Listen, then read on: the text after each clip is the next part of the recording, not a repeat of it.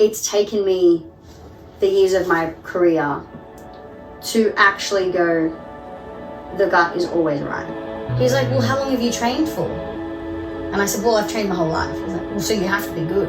And it was just this moment where I was like, why can't I say this? But I just want to say thank you for creating this platform and this space, because it's so necessary. The industry is changing. It's already changing. The pace of the change has been so fast that we're seeing the change. And this is something that has to, I think it is integral to the change. And the only way to expand is to have more support. And this is just, I'm very excited for the journey of this because I fully support it.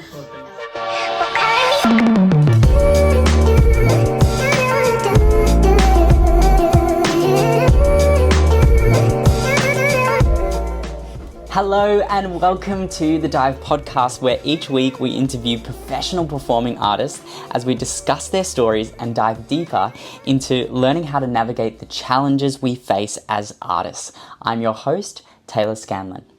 Today we're going to be talking about what truly matters in the audition room, how to find self-belief, trust the patience in an ever-changing industry, and we'll also explore the behind the scenes of being a creative with our special guest, Luca Dinardo, our first guest on the podcast. Luca is currently the choreographer of Rent the Musical, Kinky Boots the Musical, and the assistant choreographer of the upcoming 2024 West Side Story on the Harbour in Sydney. I mean, wow. Luca also became the assistant director and choreographer for Kiss of the Spider Woman, as well as dance captained Bring It On the Musical and West Side Story. And in case that wasn't enough, Luca also went out and choreographed and directed her own movement masterpiece of a show called Meta Muse, and has been seen throughout the Australian musical theatre industry in shows from Elvis, Hamilton, and Billy Elliot, just to name a few. So get ready as we dive into today's episode. You're not going to want to miss a moment. Let's get into it.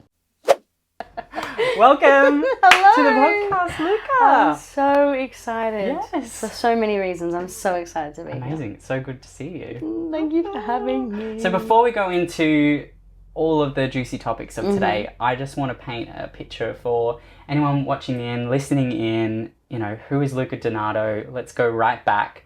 Where did it all start for you, even before getting into the industry? Well, I have a sister, Carly, who's older than me, and she didn't sleep as a kid, like, at all. She was just powerhouse, go, 10-minute power naps every 5 hours, and then it would be like, including the nighttime. Like, she just wouldn't sleep.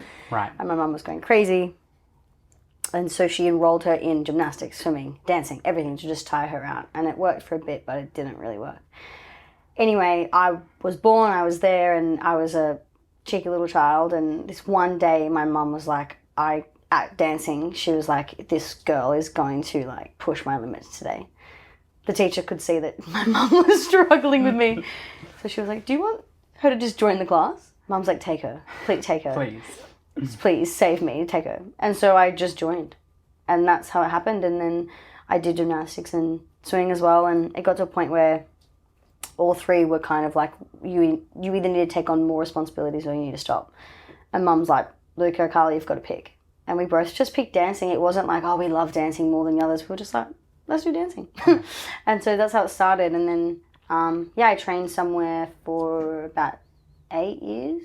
So I was about 11, and then I moved to Patrick's. Wow. So that's Patrick Studios in Paran, now called Patrick School of the Arts. Yep. So Luca and I trained together there back so many years ago.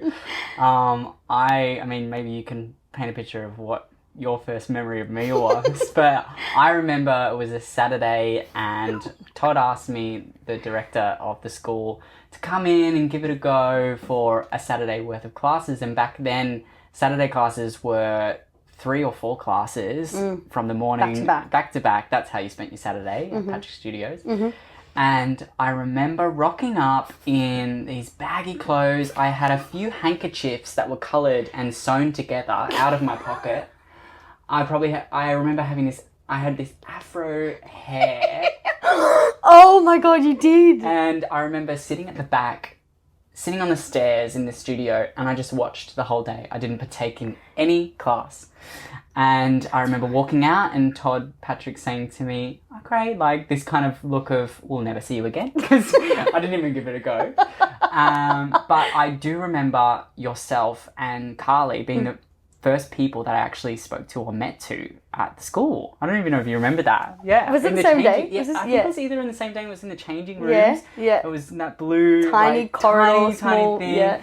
saying hello, and little did I know that was just the start of, the rest. The rest is history. The rest is, I remember that. I also remember you being there and sitting all day, and I was like, is this guy going to like participate, or is he okay? Like, is he scared? I was like, we probably look scared. What we're doing looks scary, yes, but I was like, we're not scary people. But I do remember it was so far out of what I did. I was a gymnast, and yes, I didn't really dance that much. So, but it was also like, you know, the beginning of a new generation of dancers, especially in Melbourne. Like, no one was doing what we were doing at the time, so everyone that walked in was like, just eyes, just like, what's going on? Yeah, and either you were scared and you didn't come back, or you joined. And I remember I remember you that day, and then I remember you starting the next year, and you were in the intermediates, and I was like, no, wait, what? I was like, no, I want to dance with him. Well, that's it, because we said we trained together, but we didn't really like train like the same class until for a few years. For a few years. But I knew you. I was like, oh, that's the star. You were the star.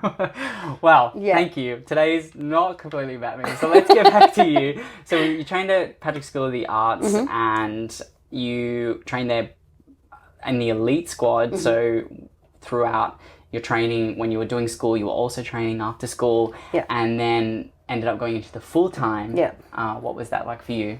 Musical theatre was really interesting. It was what I knew I had to do, but I didn't actually at the time, I don't think was like, I was wanting to do the dance course that, you know, you and all my other friends are in. Yeah. But I knew I needed to do the musical theatre program. So at the time for a few months, I had a bit of, I had a lot of FOMO.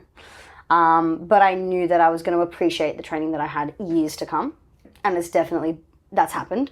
So at the time I probably wasn't like, oh my God, I'm obsessed with musical theatre and this is what I really want to do. I knew I wanted to do it, but I did something for my future rather than what I wanted to do at the time. So just navigating that that conflict in my head was like really hard. But again, now I'm like, thank God I did that. So I love that. It was a great time. So good. And then so you trained there, so you did both at school, and then you did the full time, and then you started this career, which has just been amazing.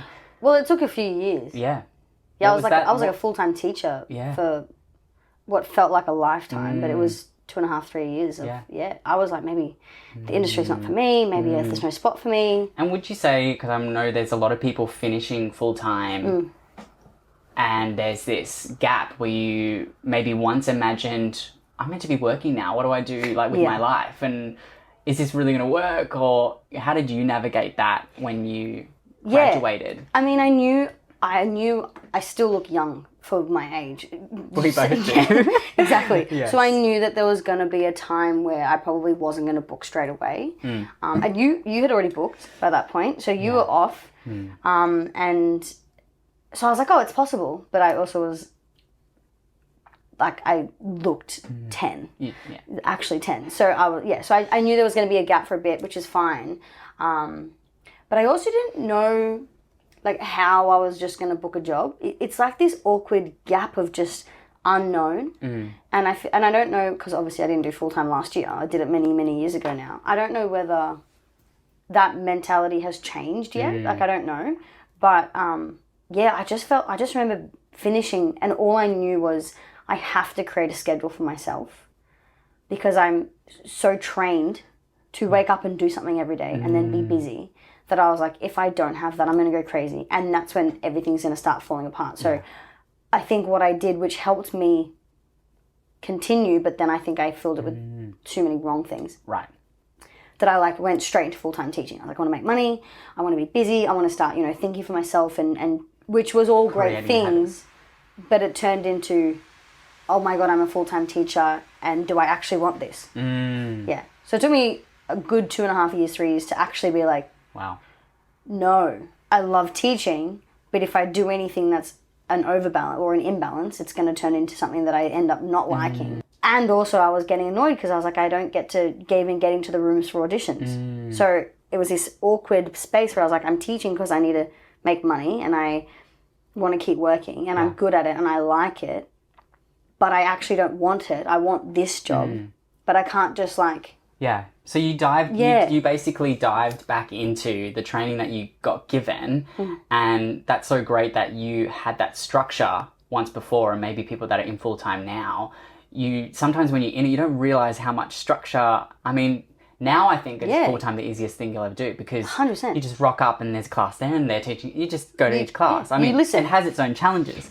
Absolutely. But the bigger challenge, even when you're in a show, and we'll get to this soon, that you have to be so independent. And I think if you're currently in full-time or you're training, there's things that you're getting taught even subconsciously, so that when you do, you know, maybe have a few years before you even get in the industry, that it's still possible. But if you don't have those tools the foundation to back you up on that drive and the, you know, that reason why you're creating that structure to give you that drive, that motivation to keep going, that can be, you know, detrimental to, you know, your career, but also be the thing that can help you keep going. Well, that's exactly right. There's something about full-time that unless you're aware of it, you really take it for granted. It teaches you how to wake up and do it. Not do something, do it. So whether it's I wake up and I'm feeling sick, obviously now sickness is a different thing, but like at the time I was like, you just get up and you keep going. Just do it. If I'm waking up and I'm really sad of life, something's happening in life that's making me sad, I wake up and I still rock up and I do it. And if I'm in really it's learning how to do it for yourself, but find your consistency. And this is something that I tell all my students, anyone that I give advice to, in the industry, you know, your reputation isn't based on your good days. Your reputation is based on the day where you don't want to go to work. You know, you're struggling to like find the energy, but you rock up to work, and that day, when you're on stage and you have to keep focused and like actively choosing to stay focused in the moment, because you could effortlessly just go into subconscious autopilot, think of life that's happening while you're on stage. Yeah. It's how do I get through those days? How do I get through those days when I am having trouble at work? When I am having a disagreement with someone? When, you know, there is a situation happening or an injury happening middle of a job? How do I still rock up for myself and have that reputation that I want to have? That's when I say, okay, yeah, you're a good worker. You know, it's not the good day. It's not opening night. Everyone's going to give their best dance. You know what I mean? Everyone's going to give their best show. Of course. Yeah, and I learnt that in full-time. Yes. Yeah. I mean, it reminds me of this quote that says, you are who you truly are when no one's watching. Yeah. And that is so inspiring, because it does really highlight that no one's coming to pick you up, put you in that audition room. No one's coming. No one is going to do the work for you. And that's amazing that you've been able to build on the structure that you get in full-time and use that to find what works for you, because it's going to be different for everyone, right? Yeah. When we go into now auditions, it's a massive umbrella that I find you can't put your finger on, because it's getting into the room with different choreography, different vocals, different scenes that you have to sing, and then it's all happening within a 3-hour gap, and then it's done in a blink of an eye. What really matters? What, beyond all the amazing dancing, we're giving it the best we can or whatever, if we strip it all back, what, in your opinion, what truly matters in an audition room? Because you've had the experience of being on the other side as being a part of the panel and having a lot of experience in an audition room, being an auditionee too. So maybe you can elaborate on that. I think when I was back before I jumped on the panel, when I would just only see auditions from the performer's perspective, I didn't know what to give that was going to make me do my best. Well, for 3 years I auditioned and didn't book a job, so I thought it was me. I was like, yeah, it's me. It's the way I present myself. It's what I dress. Oh, it's how I dress. It's all these things. And then I jumped on the panel years into my career. And this is my perspective, obviously. Like, I think others will have very different opinions. And I know some people really do care about how people present. And absolutely, presenting is vital. But specifically what you wear, I don't care. As long as you present yourself in a way that works for the show, you understand the brief, and you feel your best. That's all I care about. You know, if you come up with a bit of a baggy t-shirt, but it looks presentable, fine. Whereas some people are like, no, you need to wear this. So I know there's difference. But especially for the jobs as well that I've been auditioning on the panel for, it's not the, make or break. Yeah. But for the jobs that I have been on the panel for, and in the end, I think you can kind of gauge, just like a performer, you know, what's your brief? As a creative, you know what the jobs are going to be that someone wants to hire you for. Someone's not going to hire me for Phantom of the Opera. You know what I mean? So I'm not going to worry about that. But the brief that I have kind of found, that's the cycle for me, or this consistent part, is that all I need is to trust you. I need to find trust in you. Whether that's, I trust that you're going to rock up 8 shows a week. Whether it's, I trust you that you're going to you're going to do the same job 8 times a week. I learnt this, I was doing a contemporary workshop in New York many years ago, and won a scholarship, so I was like, I've got to be this like perfect person, because otherwise people are going to be like, why did you win the scholarship, and then when I got there, one of the main woman, Stacey Tukey, said a lot of the jobs don't audition anymore, and I pick the people that I know because I trust them. It's very rare for me to actually create an audition process, because you're all brand new people, and that automatically means that, like, if my friend rocks up and you rock up that I don't know, you are going to be on the back foot because I don't know you. And then I translated that into the musical theatre world. I was like, well, everything's an audition. And yeah, if you're a seasoned professional and your CV's longer than my life, you're going to have trust. Whether a person who's just graduated from full-time or from a course, I don't know. And you probably don't even know your process either. But it's like, how do I find it in you? And it is the trust. Whether I give you a note and you take it on.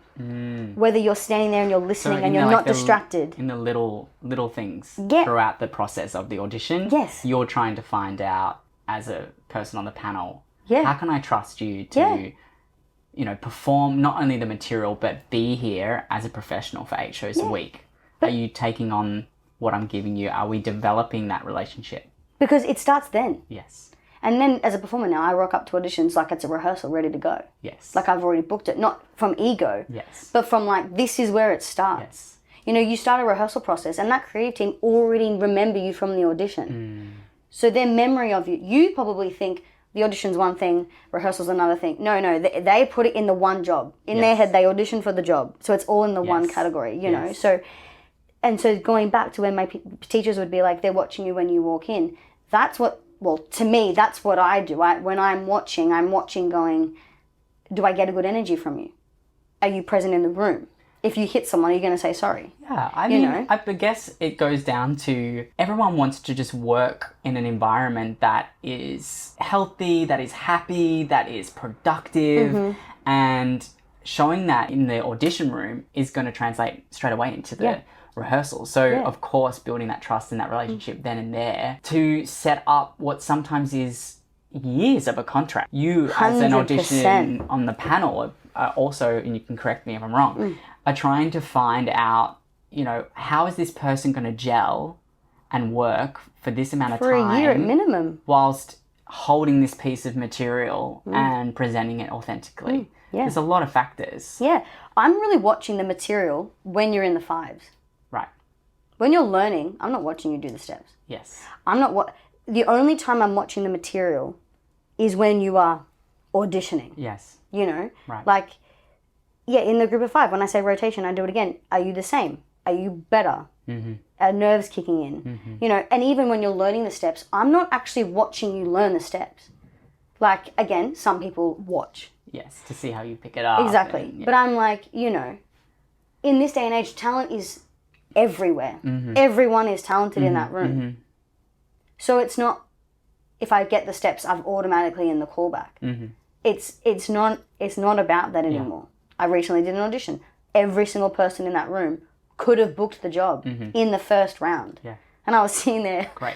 Like, what do I do? How do I cut 50 people straight away? Yeah. Because back in the day when it was cattle calls, it would have taken you 5 rounds to get to this ability, 50 of you. Yes. But it's first round, So I think what I'm getting at is what we're looking at now is different. And now, and when I do my jobs, and when I am the creative, especially having created my own show, and I had all control, I really was finding people that were good people.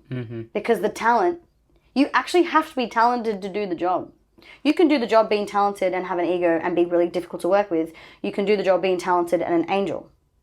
The talent is the given. But if I'm talking about at the end, when you've got the 5 names, if it's about the puzzle pieces and you go, great, there's 5 names that could, or 2 people that could do that puzzle piece, it goes down to the human.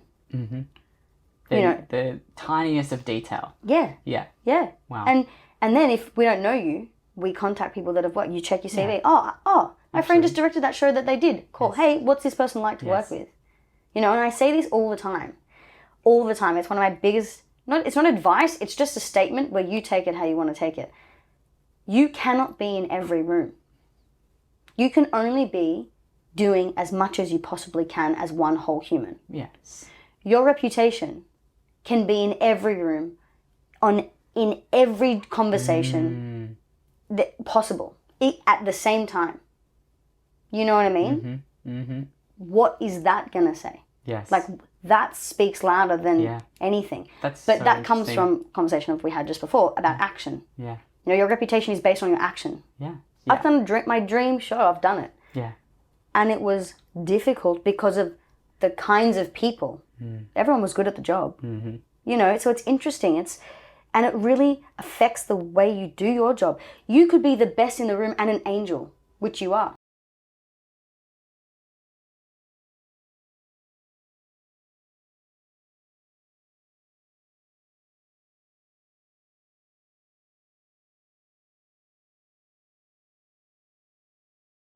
The energies and the personalities, which is most of the job. Anyway, it's a whole added thing.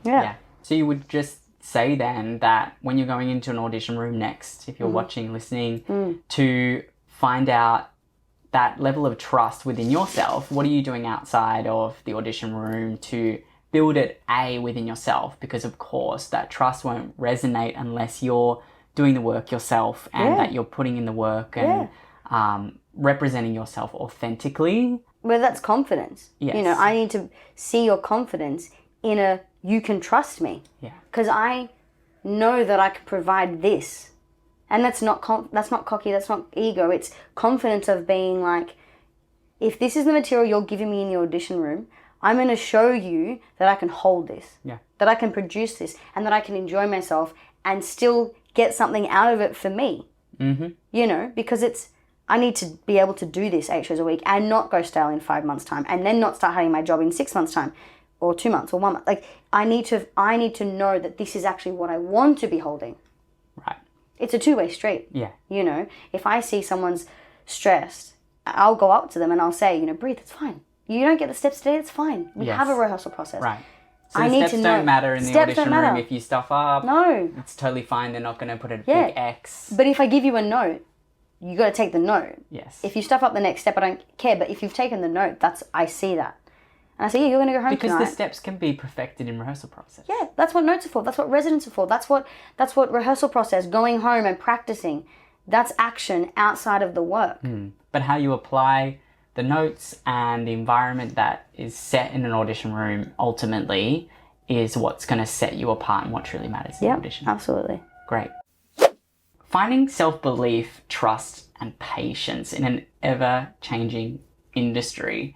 What made you along the way still have that belief and that trust that you were either good enough or I think people maybe be struggling with feeling not worthy enough to be a performer? What was that like for you, and any advice you could present on that topic? Yeah.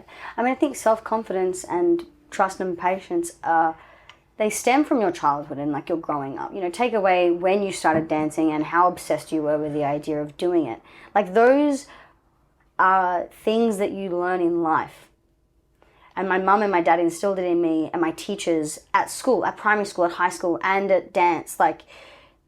I went to very creative schools where they allowed me and encouraged me to think independently, especially my mum and my dad as well. Like, you know, so whether I had belief in my dance was a whole other conversation, but I had belief enough to give it a shot. Then when I started going, actually, this is an industry I want to be a part of, I had to find the confidence.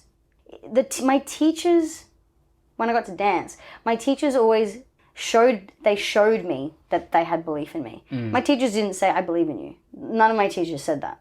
I was brought up in a very disciplined, work hard, work ethic place. They encouraged me, but not from words. They encouraged me from action. They would either demonstrate and be do it come on, show me, you know. And I am from a very passionate Italian family, so it was a very it worked for me. Yes. And so the actions showed me that I was confident in my abilities, but I didn't know that I was confident until I started teaching. And so that when I graduated from full-time, I think the one thing that I didn't have was belief, which is why I wasn't booking the jobs for 2-3 years. Because I think about it now. As a dancer, obviously you get better the more you practice. So 5 years of practice is going to be better than no practice. Yes. But I wasn't bad when I graduated. You know, it was still within the journey of me. I wasn't like all of a sudden I clicked my fingers and I was amazing. Like, it was a process, but I was good when I finished full-time. But I didn't believe in it. You know, I also had, you know, a relationship at the time that didn't allow me to find confidence in myself. So my life was stopping me from finding that confidence, even though my ability was the same as what I booked when I booked my first job. So when I graduated full-time, you know, the ability wasn't different. It was how I saw myself and how I presented myself and how I believed in myself. And so when I started teaching and I started doing the actions that my teachers did, I started realizing when the trigger in me is like to go and grab one of the students and be like, you know, yes, but I was like, that was my teachers telling me that they believed in me. You know, so then that's when I started going, why am I teaching everyone how to dance when I haven't even had the chance to do it myself in a professional situation? And here I am saying, you know, the only way you're going to book a job is this. And I was like, Luca, you're saying this because you know it, but you haven't experienced it. So these kids are probably like, yeah, but you need to live by example. So like, if you're not actually doing the job, how are people going to trust what I'm saying when I know what I'm saying is right? Yes. So that's when I started getting frustrated because I was like, here I am teaching the new generation how to book a job and I haven't even done it yet. And so then I started thinking, I am good enough to book the job because if I'm teaching what I know and I'm seeing the results, I know that there is something in there that's workable, you know? And so that was the 2.5-3 year journey of my headspace. You know, not on the daily. I was always a positive person, but it was more how I see myself, what I know my strengths are to provide in an audition room. How can I get the choreographer to trust me with their steps? You can be a talented dancer, but if you don't work as an ensemble, you're not going to book the job. Absolutely. And a dancer, especially in the musical theatre world, 99.9% of the musical theatre, the dance work in musical theatre is in the ensemble. When you have 7 other people next to you, yeah, the lead role, who actually needs to dance the best in the show, those shows are 1 in 10. You know, the formula of musicals is that the leads are singers and actors. Yes. You know, whether the dance is the plus or it's not necessary or it's that changes, but the lead has to sing. So as a dancer, you know, you can't stand out for the wrong reason. You can't be selfish. Of course. You know, so anyway, in the end, it took me 3 years to go and verbally say, I'm a good dancer. Yes. And did you find that as soon as you owned that and realized that and spoke the words, would you say that was the changing point to you booking? Yeah, someone said to me, this is actually the conversation that changed me. I was talking to a muggle, and I say muggle because they're not in the industry. They don't understand the industry at all. And I love muggles. They keep you grounded. And he said to me, so like, how good are you? And I was like, he's like, well, how long have you trained for? And I said, well, I've trained my whole life. He's like, well, so you have to be good. And it was just this moment where I was like, why can't I say this? That's so interesting. Why can't I say this? And then another conversation I had in LA in 2017, like pretty much the year before I started my career, but before the work started to flow. I was in a dance class, didn't know anyone, giving my best life. I was like, stuff up, who cares? This woman finishes the class, she walks across the floor, and she's looking at me. I'm looking at her in the mirror, being like, you coming to me? I don't know you don't know me. I was like, oh, she must be grabbing a bag next to me. I was grabbing my bag, and she stops me. She's like, you were amazing. And I was like, oh, no, I was terrible. And she's like, sorry, what? She's American. They're confident. And she said, I just gave you a compliment. I don't even know your name. Can you at least take it? And I was like, yeah, sure, yeah. Thank you. But thank you. And she's like, and she walked away like, what the hell? And I was like, what happened? Third conversation, I then started teaching dancers for a longer period of time where I saw growth. And then so I would overhear a conversation where someone's like, oh, can you do this? Oh, yeah, like, oh, I'm like, no. And then I got angry because I was like, I have invested so much love, time, passion, care in your training that you have to say you're good at that because I taught that to you. And so then you're actually offending me. When it was within yourself, you didn't really realize that it was, I don't want to say a problem, but something that was more of a blockage within yourself.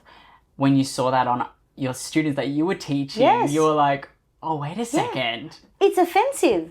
I said, if you don't believe in yourself, why did I do what I did? Yes. It's not for me. And was that like a switch instantly? Yes. Instantly. My rehearsal process for my show this year at the beginning of the year, at one point I turned to them. They're going to laugh if they listen to this. I turned to them and I said, okay, great. So what can you do? And I looked at one of them and he was like, what do you mean? And I was like, well, like, what are your strengths? I need to create an 8 count of you. I've got steps in my head, but I need it to be about you. And he was like, no, Luca, don't put me on the spot. And then I turned to the rest of the team and I said, you're getting at the same conversation from me. And they all were like, oh. And then I said, all right, stop right now. And I said, you are offending every single teacher, mentor, anyone that has invested 5 minutes of their training to your training. If you cannot say what you can do, you're offending all of them. I said, my parents sacrificed so much to allow me to have the training that I have. You think a lawyer is going to be like, I've got all of these certificates and I've degrees and blah, blah, blah, blah, but I'm not really a great lawyer. Absolutely not. Just because we don't say, like, this is what we've trained. I think there's this stigma where it's almost like the energy that you're giving is apologizing for you to be there, like, that you shouldn't be there, instead of changing the narrative to being that grateful, gratitude for being there. And that's amazing. That's a really good insight. So if you're currently training and maybe you've been training for a long time, it's okay to go within yourself and say, actually, I know a thing or two. Yes. And if you come from a place, and maybe it feels awful. I mean, maybe that felt icky, you were saying in that moment. But you really can, it's okay. I want this to be a moment for you to realize it's okay for you to realize your strengths, because lawyers, you need to know what you can do. Yeah, a lot of people in the world, you need to know your strengths, and what would help you if you then know your strengths and own it. Imagine how that's going to translate in audition. Instead of going, well, I'll jump and do this amazing turn, jump, and I'm going to own it, and then the audition panel, pull you aside. I mean, going off on a little tangent here, but I think it's really necessary. When I was auditioning for a contemporary company, it was incredible because we danced, we did the thing, and then a round that they did was an interview, conversation. Yeah. So who are you? Yep. You have to speak. You're a human. What is your... we had to work with kids in the show. Do you like working with kids? So what's your experience? And I absolutely love that because they really find out what your strengths are, how you hold yourself, and that will end up translating when you perform. Absolutely. Yeah. They have to trust you. Yeah. So how would you say for people now that are maybe questioning or keep saying apologizing or they're hiding in the back because they're too afraid to push themselves further, what would you say to them? It always comes down to the mindset. I have to be aware of what I'm doing and providing to know what I need to continue to provide or strengthen myself. So, for example, something effortlessly quick, you could do it right now. Write down your strengths. Yeah. I'm good at this. Yeah. This. Whether it's sentences, dot points, list, whatever you want to say, you just got to write it down. Yeah. But even the action of writing it down, you'll stop and be like, oh, maybe. But then you're actually aware of it. Yeah. You know, we as dancers are always told what to do, so we don't think about things. No. We react. You give, we react. Yes. But actually, being a smart dancer is consciously choosing to do things. Therefore, I need to know what I'm doing and how to do it in order to do it. So then I go, oh, great. If I want to go write down something and I go, actually, it's probably not one of my strengths. I can do it, but like it's probably not. Great, you put it down on the weaknesses. Yes. So you know what you want to work on. So then you go back to class. Again, if I go to class and it might be, for example, a class that I feel confident in, I don't go to class being like, I'm going to nail it. I go to class being like, what can I improve on? Maybe I can pick up the steps pretty quick, or I do know this choreography pretty well. So the style is going to be easy for me.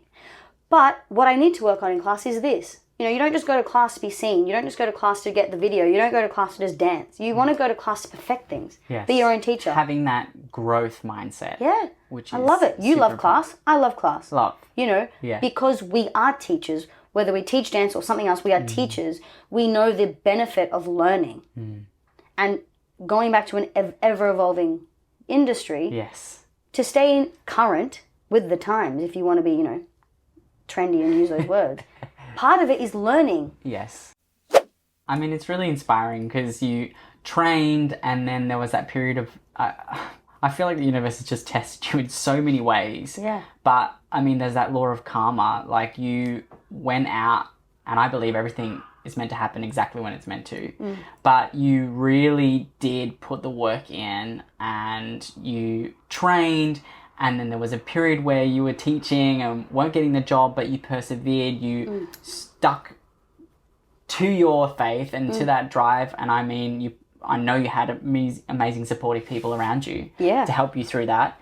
And then got into the, you know, industry, had an injury, which actually ended up, I don't want to say setted you back, it actually propelled you forward. Redirection. Yeah, it redirected you now into that patience, and maybe that was something that you needed to learn. It's really hard to accept in the moment that you're getting a lesson learned, but if you can take every hardship as a lesson, you will continue going over to that other side of growth mindset and going, okay, let's utilize this moment and what are we going to learn from it, and how can I infuse this into the next life?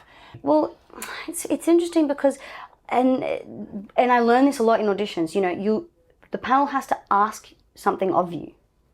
You and as a creative, you are asking these people to please do this. You know, the performer always thinks that we have to listen to the creatives. The creatives are telling you what to do, but the creatives can't do their job without you. Yeah. You know, so when you're like, oh my God, I'm injured, but I don't want to tell anyone. No, you have to stick up for yourself and say, hey, I'm not feeling well, or this is happening, or this is happening. The point of the creative is like, I have to ask this of you. If I don't have it in myself, how can I ask you? If I can't find patience within myself, trust within myself, I can't then go and ask you to trust me. I can't then be like, I'm going to trust you. I have to be okay with it, doing it for myself. So this whole process is, I sat there and I went, why is this happening to me right now? Like, why? You know, everything was going well. But then I realized when I sat there and I was reflecting, I was like, just because it's going well doesn't mean you're going down the right path. You know? And I realized I was going down a path that the dead end was right there. I just didn't see it. And then I had to jump back on a different train that had patience, that had trust, that had, you know, confidence in myself. Watching and feeling your body heal things like tissues and ligaments, things that you cannot do anything about. You can't inject yourself and be like, tissues great. You can't go for a massage and say it's healed. You can't just take magnesium, and it is literally the energy in your body, the cells in your body have to heal something to get you back to what you were plus more, and be okay with how long that takes. The body is incredible. And as a dancer, how we, especially in the musical theatre industry, throw it away. Oh yeah, I'll do that. Like, I won't warm up, I won't cool down, it's fine. I'll just run on stage and make it work. Yeah, 1 or twice, fine. But finding the patience in yourself is the only way you're going to ask people around you to find that as well. And I always lead by example. If I can't do it, I'm not going to ask you to do it. Yeah. And if I can't do it, like, I don't know, a trick, and I'm teaching someone, and I'm like, hey, can you do this trick? I will say, can you do it? If you say, I say, that's fine, I won't do it. I can't demonstrate it. So I'm not going to ask you to do it 8 shows a week if I can't do it. Yeah. If you say, I can do it 8 shows a week, I say, great, you're taking accountability for that. And if you need to change it, tell me, come to me, and we'll find a plan B. Don't pick it yourself. You can't just be like, oh, I'm just going to, play around. Like, it's all that. But I trust myself to trust you. Mm-hmm. So I've had that conversation. That relationship. If you ruin it, then I know it's you've done that because I asked you. It's just communication. It's all of it. Yeah. I love it.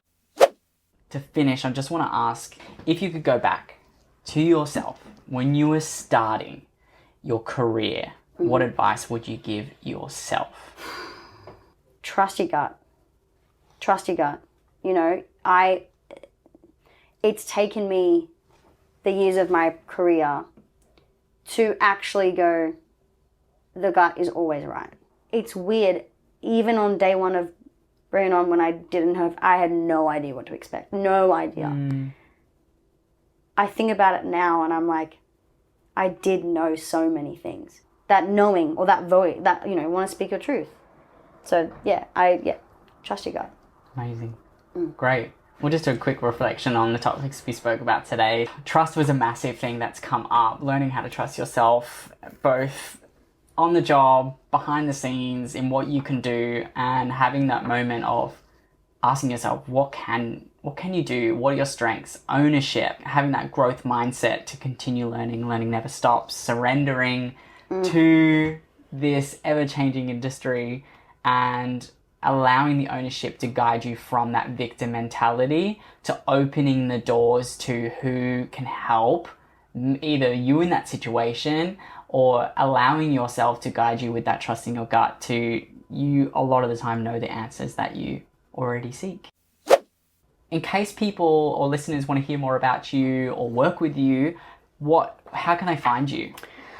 Instagram's probably the best. It's just at Luca_Dinardo. You can contact me and you can follow me, whereas I think other platforms. I think you have an email as well on there. I do have an email. Yes, you can email me on my Instagram. Yeah, from my Instagram. Absolutely. Ask me questions. I might not reply straight away, but I see it and I'm replying. Yes, and if you have any questions from today's podcast that you want to ask Luca, you can email us at info@thedive.com.au and we'll get back to you as soon as we can. I do want to just quickly, and I'm not doing this because I'm your friend, but I just want to say thank you for creating this platform and this space, because it's so necessary. And I think the industry is changing. It's already changing it always changes, but I think since COVID, the pace of the change has been so fast that we're seeing the change rather than it just naturally changes and we don't know it until like 5 years later, like, oh yeah. No, we are feeling the change, and this is something that has to, I think it is integral to the change, to have